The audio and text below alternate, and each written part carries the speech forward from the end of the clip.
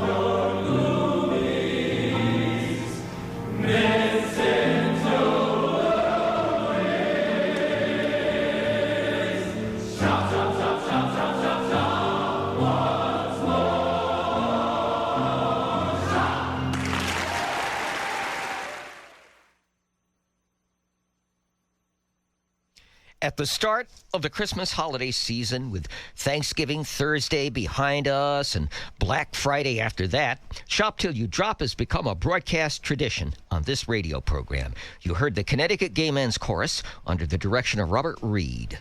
Shop Till You Drop was recorded live in performance December 8th, 1990 at United Church on the Green in New Haven. Much of the concert given on that date was issued as a limited edition tape cassette called Winter Song. That cassette has been preserved in the Gay Spirit Radio Archive. And this program is none other than Gay Spirit, America's longest continuously running radio program specifically devoted to lesbian, gay, bisexual, and transgender concerns, now celebrating its 32nd anniversary of uninterrupted week-by-week broadcast over listener-supported WWUH. With us as Gay Spirit's companion program for 24 years now is This Way Out, America's internationally transmitted lesbian and gay radio magazine. This Way Out goes out to, at latest count, in excess of 200 radio stations in this country and other countries around the globe, and is broadcast worldwide on the shortwave radio band. WWUH was on the original list of subscribers when This Way Out premiered way back on April 1st, 1988. Ever since that date, there has been a full hour of gay programming on Thursday evenings at 91.3 FM. First comes the current weekly half-hour-long installment of This Way Out from 8 p.m. to 8:30, followed immediately by another 30 minutes of locally produced and live on-air Gay Spirit bringing you up to 9 o'clock. The two gay shows are but a tiny part of the full spectrum of audio alternatives this station offers the listening public nonstop, round the clock. To access this wealth of music genre shows and public affairs programs at any hour of the day or night, at any location on the planet in real-time audio, go to our station's website at http://wwuh.org. This upcoming Saturday, December 1st, is World AIDS Day 2012. Keeping in mind that WWUH Public Affairs programming offers the public real alternatives to the mainstream news media, Gay Spirit briefly revives its Epidemic Journal series, presenting alternative viewpoints on acquired immune deficiency syndrome, the HIV retrovirus, the so-called AIDS pandemic, and related topics. Every year at this time, my print media colleague Mark Gabrish-Conlon and I discuss the current state of the AIDS phenomenon from our dissident perspective. Mark Conlon is editor and publisher of Zingers News Magazine, a monthly online periodical serving the LGBT community and the general politically progressive community of San Diego, California. This year, we have a focus for our discussion, the latest wrinkle in HIV antibody testing. I spoke with Mark Conlon over the phone line, reaching him at his home in San Diego. Mark, I was prepared to say to you before just a few days ago that, well, there isn't much for us to discuss for World AIDS Day 2012. But it seems there is a very interesting subject for us to talk about, looming right now, and that's HIV testing. It could be universal in the United States, huh? Well, that's a new recommendation from an organization called the Preventive Services Task Force, an independent group that operates under the Department of Health and Human Services to make recommendations on things like screening for diseases. And what they've just done is put out a draft recommendation advising that everyone in the country between the ages of 15 and 64 get one of these so-called HIV tests. So that really would be a very broad sampling of the entire population of the country.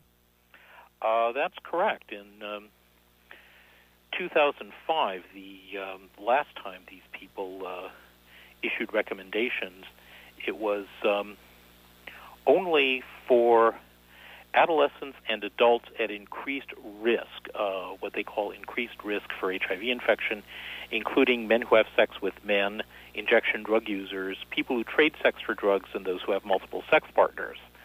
Now they're saying they want to recommend the testing for everybody.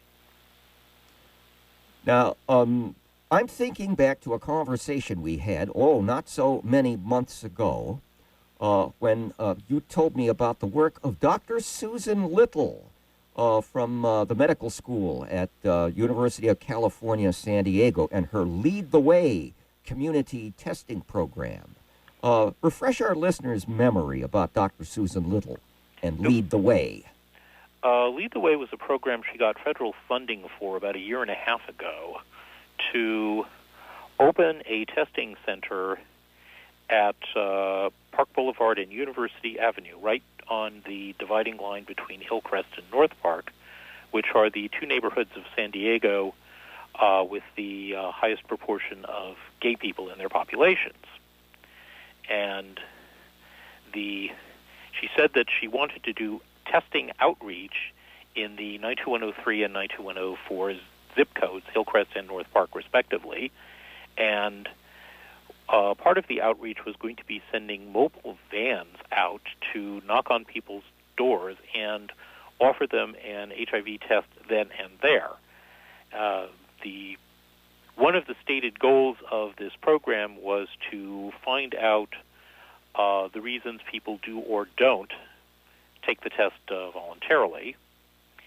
And the other purpose was a very broad, ambitious dream she had of seeing if it would be possible to prevent the so-called transmission of HIV entirely in two particular neighborhoods.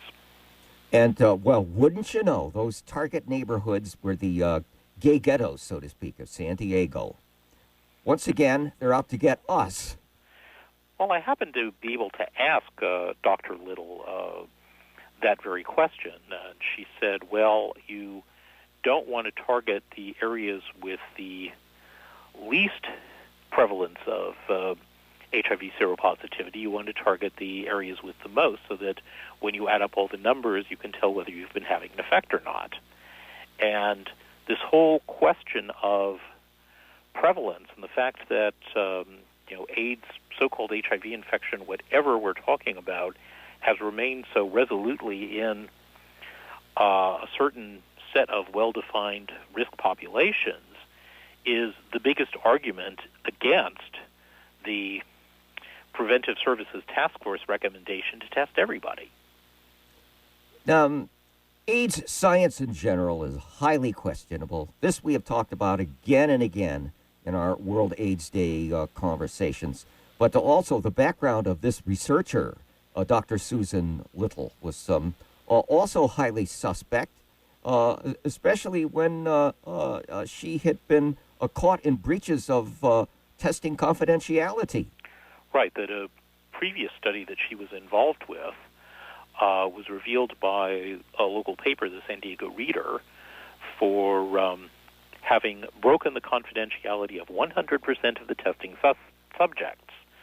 So, as a result, her employers at UCSD, the University of California at San Diego, put her on a sort of probation whereby she had to run the protocols of any further research by an integrity office in their operation and make sure that she didn't do mass breaches of confidentiality again. And when I wrote about this in my paper, I said, would you get an HIV test from a woman who was on record as having broken the confidentiality of every person she gave an HIV test to the last time she did one of these studies? I don't think so.